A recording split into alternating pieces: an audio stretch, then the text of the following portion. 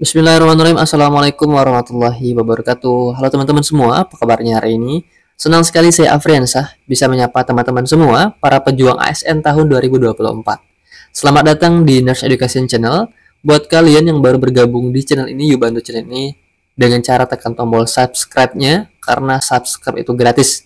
Dan jangan lupa untuk tekan tombol like, share, dan komen sebanyak-banyaknya agar saya semakin termotivasi untuk membuat konten-konten berikutnya. Oke teman-teman, seperti biasa hari ini kita akan latihan soal lagi untuk persiapan seleksi P3K perawat di tahun 2024, khususnya materi kompetensi teknis ya untuk D3 perawat dan juga profesional. Oke teman-teman, untuk mempersingkat waktu ada baiknya kita langsung saja ke contoh soalnya. Baik teman-teman, sebelum kita ke latihan soal, sedikit informasi buat teman-teman semua yang sedang mencari tempat belajar online, khususnya untuk tryout P3K tahun 2024 untuk tenaga perawat D3 dan juga nurse. Kami dari Nurse Education Channel sedang membuka tryout untuk latihan soal persiapan P3K tahun 2024. Teman-teman jika bergabung bersama kami akan mendapatkan 6 fasilitas. Yang pertama, teman-teman akan mendapatkan 5 kali tryout P3K perawat khususnya kompetensi teknis yang terdiri dari 90 soal setiap tryoutnya. Yang kedua, teman-teman akan mendapatkan bonus 3 kali kuis sebelum tryout terdiri dari 20 soal setiap kuisnya. Soal tryout dan juga kuis kami sesuaikan dengan kisi-kisi yang terbaru dan juga FR dari teman-teman yang telah mengikuti ujian P3K. Dan yang keempat, teman-teman akan mendapatkan file PDF soalnya, yaitu kuis dan juga tryout lengkap dengan pembahasannya. Dan yang kelima, terdapat grup Telegram, yaitu D3 dan juga nurse yang dipisah, serta aktif sampai dengan seleksi P3K selesai. Dan yang terakhir, teman-teman ini bebas akses kapan saja, ya, untuk paket tryout dan juga kuisnya. Harganya cukup murah teman-teman karena ada promo Merdeka, yaitu hanya Rp100.000. Teman-teman bisa mendapatkan ini semua melalui WA yang tertera pada brosur ini, yaitu di 0896 9637 7751. Total untuk tryout dan juga kuis, teman-teman mendapatkan 510 soal. Oke, sekarang juga daftar sebelum terlambat. Oke, sekarang kita lanjut ke pembahasan soal. Baik teman-teman, kita ke soal yang pertama. Seorang anak laki-laki berusia 9 bulan, dirawat dengan diare. Hasil pengkajian keadaan umum tampak sakit sedang. Suhu 38,5 derajat Celcius, nadi 100 kali per menit, dan frekuensi nafas 30 kali per menit. Saat masuk ke ruang perawatan, anak tersebut menangis terus dan tidak mau ditidurkan di atas tempat tidur. Untuk memberikan perawatan automatic care, saudara meminta ibu pasien menemaninya saat anak ditidurkan. Apakah prinsip automatik yang diterapkan pada kondisi di atas? A. Meningkatkan kemampuan orang tua mengontrol keperawatan. B. Menurunkan dan mencegah dampak perpisahan dari keluarga. C. Tidak melakukan kekerasan pada anak. D. Mencegah atau mengurangi cedera. Atau E. Modifikasi lingkungan. Baik teman-teman, di soal yang pertama di sini adalah bagaimana cara memberikan asuhan pada automatik yang dilakukan pada pasien anak, ya.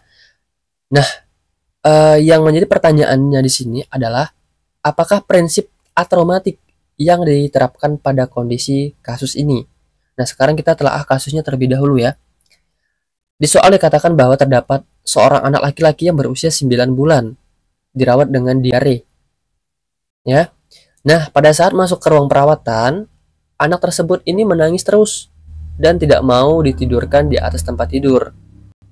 Maka perawat memberikan asuhan keperawatan dengan cara meminta ibu pasien menemaninya saat anak ini ditidurkan. Maka prinsip automatik yang diterapkan oleh perawat tersebut adalah untuk apa? Gitu ya. Jadi teman-teman, pada saat anak masuk dan dirawat di rumah sakit, hal ini akan menyebabkan kecemasan, ya, yang dimana akan menyebabkan stres fisik dan juga psikologis bagi anak dan juga keluarganya. Oleh karena itu, asuhan automatik adalah sebagai asuhan terapeutik yang sangat penting kita lakukan, yaitu untuk meminimalkan atau menghilangkan distres psikologis dan juga fisik yang dialami oleh anak dan juga keluarganya. Nah, melihat kasus ini, salah satu langkah yang dapat kita lakukan adalah dengan cara menurunkan atau mengurangi serta mencegah dampak perpisahan anak dari ibunya atau bahkan keluarganya dengan memberikan kesempatan kepada orang tua untuk menemani, bahkan memberikan perawatannya juga ya saat anak ini dirawat di rumah sakit. Sehingga melihat option yang tepat, maka kita bisa menjawab option yang B, yaitu menurunkan atau mencegah dampak perpisahan dari keluarga. Karena ini sangat penting untuk memberikan asuhan kepada anak ya untuk mengurangi dampak hospitalisasi. Ya, sehingga jawaban yang tepat adalah yang B, yaitu mencegah dampak perpisahan dari keluarga. Karena di soal di sini kan perawat meminta ibu pasien menemaninya saat anak ditidurkan. Oke teman-teman, sekarang kita lanjut ke soal berikutnya. Baik teman-teman, kita ke soal nomor 2. Seorang anak laki-laki usia 12 tahun dirawat dengan DBD, menunjukkan reaksi terhadap hospitalisasi di mana saat pasien masuk ke ruang perawatan, saudara memperkenalkan diri, namun anak tidak berespon. Saat anak dilakukan pengkajian, anak tidak kooperatif, bahkan memalingkan mukanya ke tembok. Apakah intervensi keperawatan psikososial dan emosional yang dapat saudara berikan pada kasus di atas? A. Tingkatkan latihan fisik dan mobilitas. B. Anjurkan keluarga untuk sering berkunjung. C. Lakukan komunikasi dengan tingkatan remaja. D. Bimbing remaja untuk mengembangkan sikap yang sehat. Atau E. Beri kesempatan remaja untuk mengungkapkan kecemasannya. Baik teman-teman, di soal nomor 2 di sini adalah kita disuruh menentukan intervensi keperawatan psikososial dan juga emosional yang diberikan pada anak yang dirawat di rumah sakit. Nah, di soal ini dikatakan adalah seorang anak laki-laki ya yang berusia 12 tahun dirawat dengan DBD. Nah, melihat dari usianya maka kita bisa menyimpulkan bahwa anak ini masuk ke tahap perkembangan remaja. Ya. Dan pada saat Anda sebagai seorang perawat memperkenalkan diri, namun anak ini tidak berespon. Ya, bahkan pada saat dilakukan pengkajian, anak ini juga tidak kooperatif. Bahkan memalingkan wajahnya ke tembok. Nah, inilah data yang kita kumpulkan dari kasus ini. Maka, salah satu intervensi keperawatan psikososial dan emosional yang dapat kita berikan pada kasus ini adalah dengan cara apa? Ya, oke teman-teman.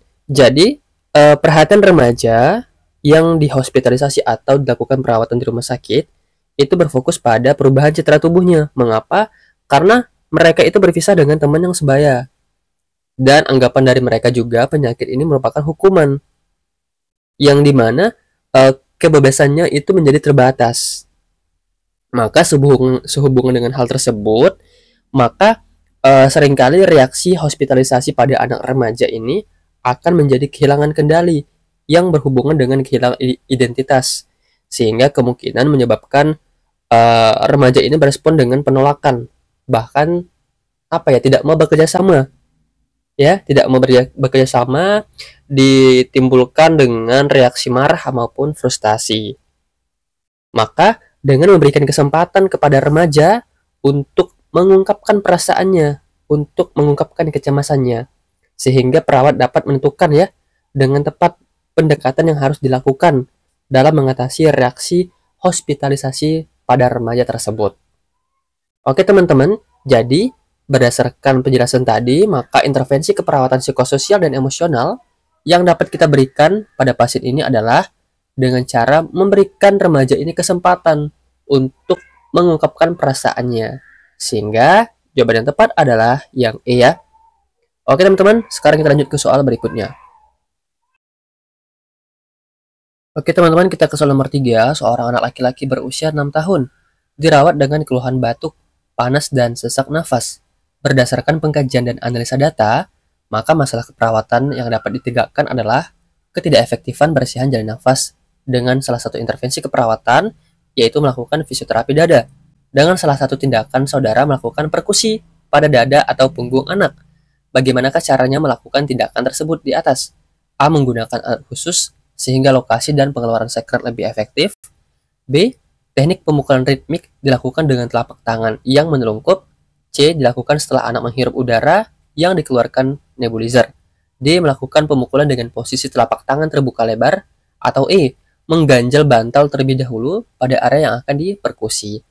Oke teman-teman, soal nomor 3 di sini ada berkaitan dengan cara melakukan fisioterapi dada, ya, yang dimana di soal dikatakan terdapat seorang anak laki-laki yang berusia 6 tahun, dirawat dengan keluhan batuk, panas, dan sesak nafas. Nah, setelah dikaji, dianalisa data, maka dapatlah masalah keperawatannya, yaitu ketidakefektifan bersihan jalan nafas, ya, yang dimana salah satu intervensi keperawatannya adalah melakukan fisioterapi dada, yaitu dengan salah satu tindakan melakukan perkusi pada dada atau punggung anak. Nah, kira-kira bagaimana caranya melakukan tindakan tersebut?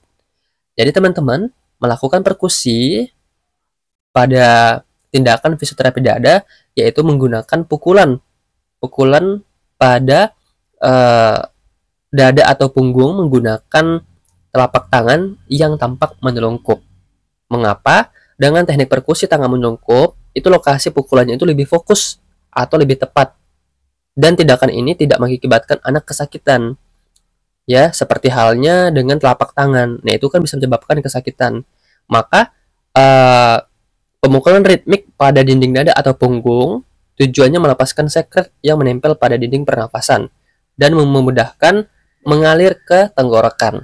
Nah, itulah tujuan dari tindakan perkusi pada fisioterapi dada.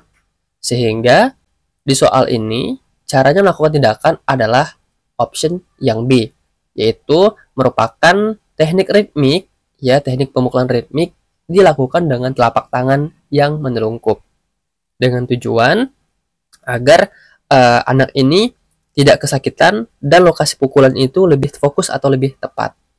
Oke teman-teman, bisa ya. Option A menggunakan alat khusus dengan misalnya suction, misalnya ya. Nah, ini kurang tepat ya.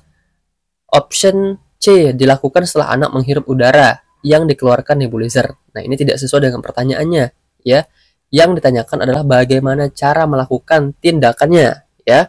Option D melakukan pemukulan dengan posisi telapak tangan terbuka lebar. Nah, ini sangat tidak tepat ya, karena akan menyebabkan anak ini menjadi kesakitan. Option E mengganjal bantal terlebih dahulu pada area yang akan diperkusi. Nah, ini juga kurang tepat teman-teman. Oke, sekarang kita lanjut ke soal berikutnya. Baik teman-teman, kita ke soal nomor 4. Seorang ibu postpartum hari ke-7 melakukan kunjungan ulang untuk memeriksakan kondisinya setelah melahirkan. Ibu tampak sering menguap dan tampak lelah. Ibu mengatakan kurang tidur dan kurang nafsu makan. Ibu tersebut mengatakan yang masak itu ibu mertuanya dengan menu yang diperbolehkan hanya nasi dan sayur-sayuran. Karena menurut ibu mertuanya, jika makan telur atau ikan akan membuat ASI tambah amis dan luka jahitan akan lama keringnya. Apakah yang dapat Anda lakukan terkait kasus tersebut? A. Menganjurkan ibu untuk tetap mengkonsumsi yang disediakan oleh ibu mertua. B. Menjelaskan pentingnya nutrisi sumber hewani untuk ibu postpartum. C. Menjelaskan cara perawatan bayi dan meningkatkan produksi ASI. D. Menjelaskan cara mencukupi kebutuhan tidur ibu menyusui. Atau E. Memberikan edukasi tentang cara perawatan payudara. Baik teman-teman, di soal nomor 4 di sini ada berkaitan dengan cara pemberian edukasi kepada individual, yaitu yang dimana pada soal fokusnya adalah ibu yang menyusui setelah melahirkan. Nah, di soal dikatakan adalah seorang ibu postpartum pada hari ke-7 datang melakukan kunjungan ulang untuk memeriksakan kondisinya. Ibu ini tampak sering menguap dan tampak lelah. Serta ibu ini juga mengatakan bahwa ia kurang tidur dan kurang nafsu makan. Dan yang menjadi perhatian khusus di soal ini adalah ibu mengatakan yang masak itu ibu mertuanya dengan menu yang diperbolehkan ya. Yang diperbolehkan hanya nasi dan sayur-sayuran. Dan ditambah lagi, menurut ibu mertuanya, jika makan telur atau ikan itu akan membuat ASI menjadi amis dan luka jahitan akan lama keringnya. Nah, inilah masalah yang terjadi pada pasien ini. Maka, yang dapat kita lakukan terkait kasus ini adalah dengan cara apa? Baik teman-teman, ibu postpartum itu sangat membutuhkan nutrisi yang seimbang, yang dimana berfungsi untuk pemulihan kondisi kesehatan pada ibu postpartum. Nah, persepsi yang salah terkait nutrisi itu harus dibenarkan, harus dikasih jalan yang lurus ya teman-teman, karena ini merupakan persepsi yang salah. Oleh karena itu, hal yang harus dilakukan terkait kasus ini adalah bagaimana caranya kita menjelaskan pentingnya nutrisi sumber hewani untuk ibu postpartum, yang dimana dalam hal ini adalah proteinnya.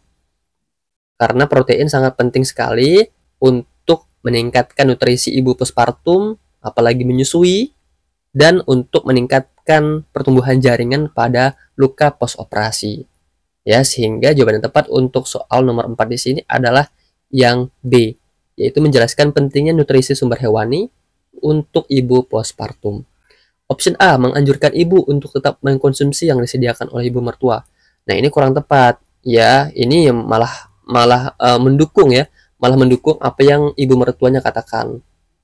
Option C, menjelaskan cara perawatan bayi dan meningkatkan produksi ASI. Nah, ini kurang tepat karena yang menjadi perhatian khusus di soal adalah berkaitan dengan nutrisinya. Ya, option D, menjelaskan cara mencukupi kebutuhan tidur. Nah, ini juga kurang tepat teman-teman. Option E, memberikan edukasi tentang cara perawatan payudara. Nah, ini malah yang kurang tepat ya. Sekarang kita lanjut ke soal berikutnya. Bisa teman-teman, ini merupakan salah satu materi yang sesuai dengan kisi-kisi, yaitu pemberian edukasi kepada pasien, yang dimana berfokus pada kebutuhan dasar maternitas ya. Sekarang kita lanjut ke soal berikutnya ya. Baik teman-teman, kita ke soal nomor 5. Seorang bayi perempuan usia 9 bulan dirawat dengan diare sebanyak 6 kali, muntah sebanyak 3 kali. Hasil pengkajian suhu 38 derajat Celcius, mukosa bibir dan mulut kering, turgor kulit kurang elastis. Berdasarkan analisa data, masalah keperawatan yang ditegakkan adalah gangguan volume cairan, yaitu dehidrasi sedang, dengan salah satu intervensi keperawatan, yaitu memantau hidrasi secara akurat. Manakah tindakan keperawatan yang dimaksud dari tindakan di atas? A, mengukur berat badan harian, B, mengkaji turgor kulit, C, memeriksa nilai elektrolit, D, mengukur lingkar perut dan lengan atas, atau E, memantau asupan dan haluaran. Baik teman-teman, di soal nomor 5 di sini adalah berkaitan dengan kasus diare pada anak, yang dimana di soal ini dikatakan bahwa terdapat seorang bayi perempuan yang berusia 9 bulan, yang dimana dirawat dengan diare sebanyak 6 kali, muntah juga sebanyak 3 kali. Hasil pengkajian suhu 38 derajat Celcius, tampak mukosa bibir dan mulut ini kering, serta turgor kulit kurang elastis.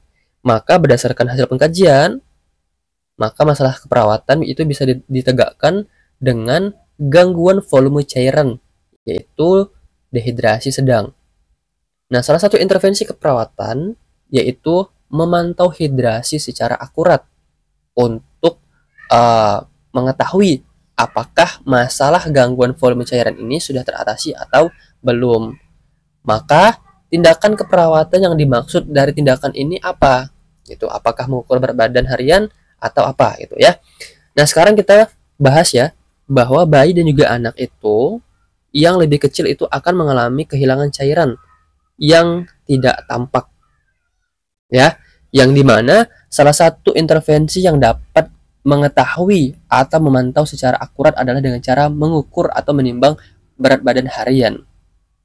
Karena dengan hal tersebut merupakan cara yang paling akurat untuk mengukur peningkatan atau kehilangan cairan pada anak. Ya, memantau asupan dan haluaran atau menilai nilai elektrolit, bahkan turgor kulit, itu kurang tepat karena intervensi tersebut tidak bisa akurat untuk memantau hidrasinya. Ya, sehingga jawaban yang tepat untuk soal nomor 5 di sini adalah yang A, yaitu mengukur berat badan harian. Karena yang ditanyakan di soal ini adalah memantau hidrasi secara akurat, maka harus ada data secara kuantitatif. Ya, sedangkan option B, C, dan E ini merupakan berdasarkan kualitatif, sehingga tidak akurat untuk memantau hidrasinya.